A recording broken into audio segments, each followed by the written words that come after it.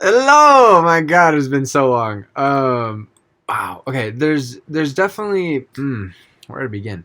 Okay, first of all, happy full moon. Sun and Venus are conjunct in Pisces, and Neptune is in Pisces as well. I think something that's really exciting about this is Neptune and Venus both function really nicely and smoothly in Pisces. Again, there's no such thing as a bad energy, but it's nice when stuff is smooth and it offers the gift first, and then the challenges are a little bit easier to work with because we have this gift to work with. So the gift here is being able to relate more empathetically, more in connection with our subconscious and more in connection with other people's subconscious, and to make our relationships better as a result. And this is going to be going on for largely the next 3 weeks. The challenge here, and again, this is really not even going to be a challenge for a lot of people as long as we're being in tune with our love, our compassion, etc. But I mean, that being said, it won't be a major challenge. It will be there for everybody. But I think the struggle here is just to make sure that we're not kidding ourselves, to make sure that we're seeing our relationships accurately and clearly. Something that's helpful here is we have transiting Mercury and Saturn conjunct.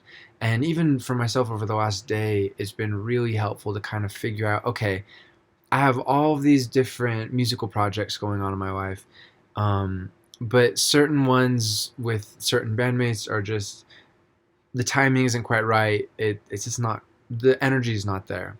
And so that's something that's really helpful here is with our relationships in general. Yes, romantic relationship, but also has to do with friendships, just how we relate with people in general. But especially, I think, especially our close relationships.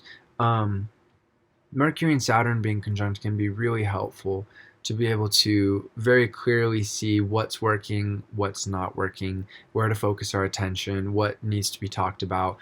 This is a great time to make plans with our loved ones, those in our lives in general, our business partners, whatever, to be able to plan for the long term. Something that's really cool is we have Mercury and Jupiter both conjunct in Aquarius, as well as Saturn being conjunct here. We have a stellium and Aquarius energy.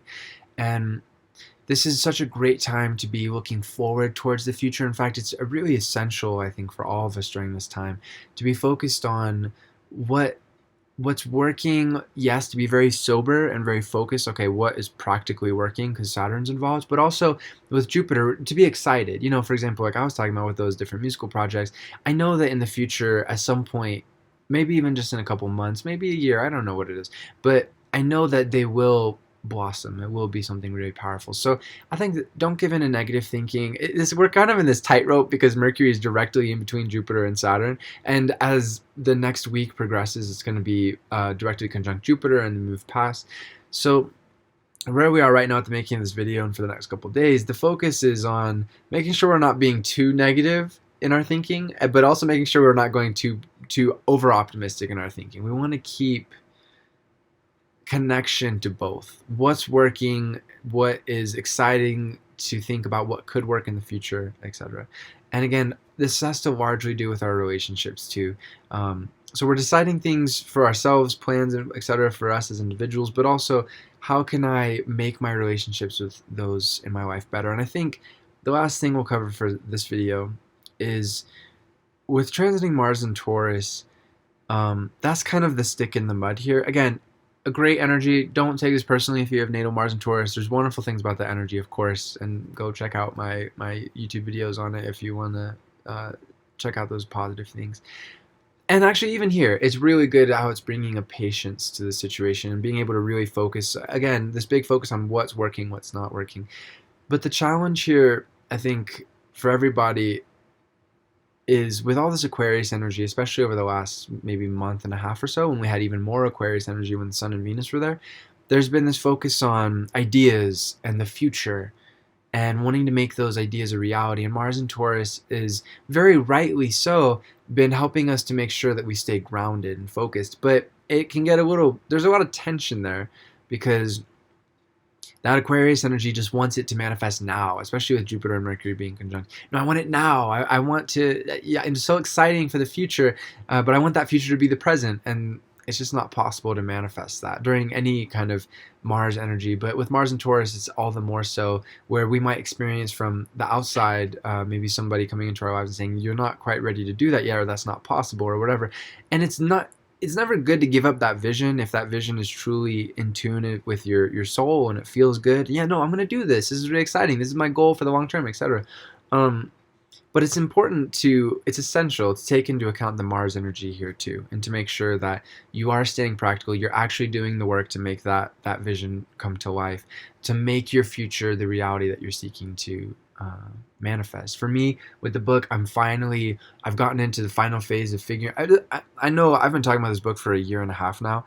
I thought it was going to be done like 10 months ago, but this is all new for me. And I finally have figured out how to outline it so that I'm in the final phases now. I've already finished 9 of the 12 rising energies. I've outlined the remainder of those. I've outlined 4 of the moon energies, and I've realized that's what I have to do first. I need to outline it, get the skeleton there, then I'll with another pass I'll go in, I'll put all the meat there. Kind of a gross metaphor or whatever, but put all the meat there, like get like flesh it out basically. Weird metaphors. Okay, you know what I'm saying though. Like flesh it out, and then one last pass I'll polish it. So I already have 9 of the interpretations done, and I have so much written, but I realized that I needed to, if I'm gonna manifest this book, and I absolutely am, there was never a question of that, I need to use this practical step in the structure phase, or else it's not happening fast enough, or it's not happening really in general. And I'm making sure I'm being patient when this is the tricky thing too. We want to make sure that we're being patient, but we actually are moving too. We want to make sure we're making progress. Sometimes that Mars and Taurus can hold up and be too passive. So I think whatever it is for you in your life, make sure you're just keeping in mind the practical structure necessary to make that vision a reality. Keep moving forward. And we have Mars and Gemini right around the corner. I think it's March 2nd or 3rd of this upcoming week, March 3rd, I'm pretty sure. And that is going to help so much. But let's make the most of this next 5 days or so to make sure that we're really putting the foundation in, so that when that Mars Gemini energy comes in, we're able to focus it, because that's a crazy scattered energy. I don't mean crazy in a negative sense, of course, but it's a very scattered energy. So we want to make sure that we're very focused. And now is the perfect time to get all that focus in and make it all nice and tight and ready to be grown from in the near future. Infinite love to you, my friends. Namaste.